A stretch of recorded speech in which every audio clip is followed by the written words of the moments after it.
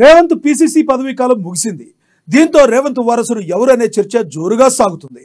అధిష్టానం సైతం కొత్త వారిని నియమించేందుకు కసరత్తు చేస్తుంది.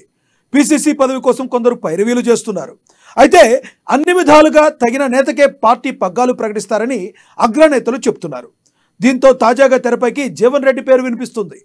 ఇటీవల ఎమ్మెల్యే సంజయ్ చేరికతో రాజీనామా వరకు వెళ్లిన ఆయన అగ్రనేతలతో చర్చలతో కూలయ్యారాయన. ఇంతకీ ఆయనకు అగ్రనేతలు ఇచ్చిన హామీ ఏంటి?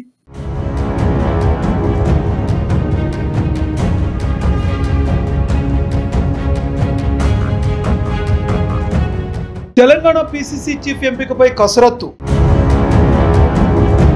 కాంగ్రెస్ కీలక నేతలతో అధిష్టానం మంతనాలు.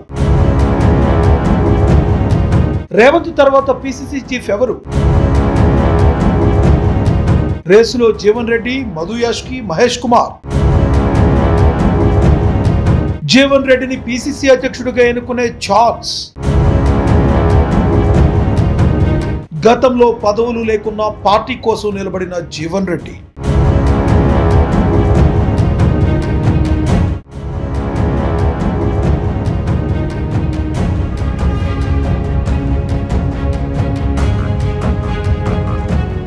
తెలంగాణలో రేవంత్ తర్వాత పీసీసీ చీఫ్ ఎవరు? ఈ నెల 27తో పీసీసీ పదవీ కాలం ముగిసింది. దీంతో రేవంత్ స్థానంలో ఎవరు వస్తారనేది అంతుచిక్కడం లేదు. అయితే సీనియర్లు జీవన్ రెడ్డి, మధు యాష్కి గౌడ్, బొమ్మ మహేష్ కుమార్ గౌడ్ రేసులో ఉన్నారు. వాస్తవానికి ఈ ముగ్గురు ఇప్పుడు ఎలాంటి పదవుల్లో లేరు. ఎమ్మెల్సీలుగా జీవన్ రెడ్డి, మహేష్ ఉండగా మధు యాష్కి మాత్రం ఏమీ లేదు. దీంతో ఈ ముగ్గురులో ఎవరిని ఈ పదవి వరిస్తుందనే చర్చ జోరుగా సాగుతుంది.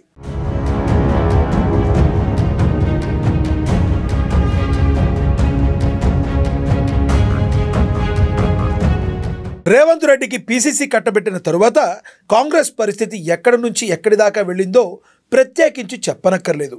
ఇంచుమించు జీరోతో మొదలై అధికారం దక్కించుకునేంత వరకు వెళ్ళింది. రేవంత్ మాట తీరు, నాటి ప్రభుత్వంపై కొట్లాటలు, మొండితనం, యూత్ మాస్ ఫాలోయింగ్ ఇవన్నీ బాగా కలిసొచ్చాయి. దీంతో ఆయన పీసీసీ నుంచి సీఎం కాగలిగారు. 2021 జూన్ 27న పీసీసీగా నియామకమైన రేవంత్ పదవీ కాలం జూన్ 27న ముగిసింది. దీంతో నూతన పీసీసీ నియామకంపై అధిష్టానం ఫోకస్ పెట్టింది. ఈ క్రమంలో కాంగ్రెస్ పెద్దలతో సీఎం రేవంత్ రెడ్డి భేటీ అయ్యారు. ఎవరికి ఈ పదవి ఇస్తే న్యాయం చేయగలరు, సమర్థవంతమైన నాయకుడెవరు అని లోతుగా చర్చించారు. దీంతో పాటు సామాజిక సమీకరణాలు, సీనియారిటీ కూడా చూసి అన్ని సరిగ్గా ఉన్న నేతను పీసీసీ అధ్యక్షుడిగా అధిష్టానం ఎంపిక చేయనుంది.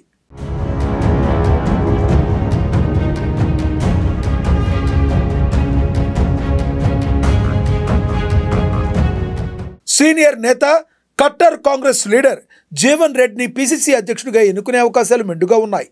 ఈ క్రమంలో పీసీసీ చీఫ్ కోసం కొందరు అగ్రనేత, ప్రతిపక్ష నేత రాహుల్ గాంధీతో, ఇంకొందరు ప్రియాంక గాంధీతో, మరికొందరు కేసీ వేణుగోపాల్, ట్రబుల్ షూటర్ డీకే శివకుమార్ ద్వారా పైరవీలు మొదలుపెట్టారు. అయితే సీనియర్ నేత, పైగా ఈ పదవికి అన్ని విధాలుగా అర్హుడైన జీవన్ రెడ్డిని ఎట్టి పరిస్థితుల్లోనూ ఈ పదవి వరిస్తుందని తెలుస్తోంది. పైగా ఈ మధ్య ఆయన అలకబోనడం, సీనియర్ అయినప్పటికీ ఎలాంటి పదవి లేకుండా ఉండడం, 10 ఏళ్లు అధికారం లేకపోయినా నాటి బీఆర్ఎస్ ఎన్ని ప్రలోభాలు పెట్టినా బెదిరించినా భయపడకుండా నిలబడిన నేతగా ఆయనకు మంచి గుర్తింపు ఉంది. అందుకే ఆయననే పీసీసీకి సరిగ్గా సరిపోతారని అధిష్టానం కూడా భావిస్తుందట.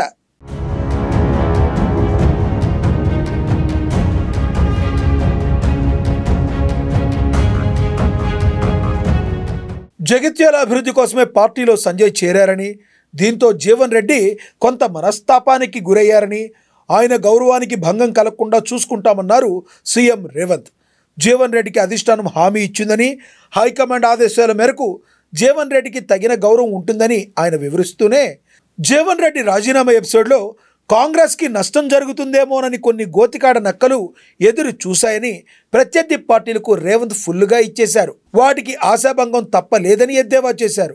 అసలు ఫిరాయింపుల్ని ప్రోత్సహించేది బీఆర్ఎస్ అని, గతంలో 61 మంది ఎమ్మెల్యేలు, ఎమ్మెల్సీలను ఆ పార్టీ లాగేసుకుందని, ఈ విషయంలో వారికి మాట్లాడే అర్హత లేదన్నారు రేవంత్ రెడ్డి. కొన్ని గోతికాడి నక్కలు ఏదైనా జరిగితే బాగుండు, లేకపోతే ఒంటె పెదాలకు నక్కలు ఆశపడ్డట్టు పెద్దలు జీవన్ రెడ్డి గారి చర్యల వల్ల కాంగ్రెస్ ప్రభుత్వానికి కాంగ్రెస్ పార్టీకి నష్టం జరగాలి అని ఏవైతే గుంటనక్కలు ఎదురు చూసినాయో వాళ్ళకి పెద్దలు జీవన్ రెడ్డి గారు ఎలాంటి అవకాశం ఇవ్వలేదు. ఎందుకంటే వారి అనుభవం, కాంగ్రెస్ పార్టీ పట్ల వారికి ఉన్న కమిట్మెంట్ ఇలాంటి ఆశించే వాళ్ళకి అర్థం కాదు. కాంగ్రెస్ పార్టీ కార్యకర్తలకు ఎలాంటి కష్టము నష్టం జరగకుండా పార్టీ చర్యలు చేపడుతుందని పార్టీ ఆదేశించింది, చేపట్టాలని చెప్పింది.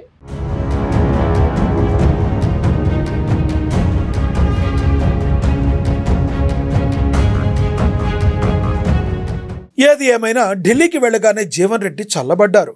మరి అధిష్టానం ఏం హామీ ఇచ్చిందో లేదో తెలియదు కానీ కట్టర్ కాంగ్రెస్ నేతగా ముద్ర వేసుకున్న ఆయనకు పిసిసి పదవి వస్తే మాత్రం వద్దని ఎవరు అనరు. పైగా వివాదరహితుడైన ఆయన పార్టీని కూల్గా క్రమ పద్ధతిలో నడిపిస్తారు. చూడాలి మరి అధిష్టానం ఎవరికి పగ్గాలు అప్పగిస్తుందో.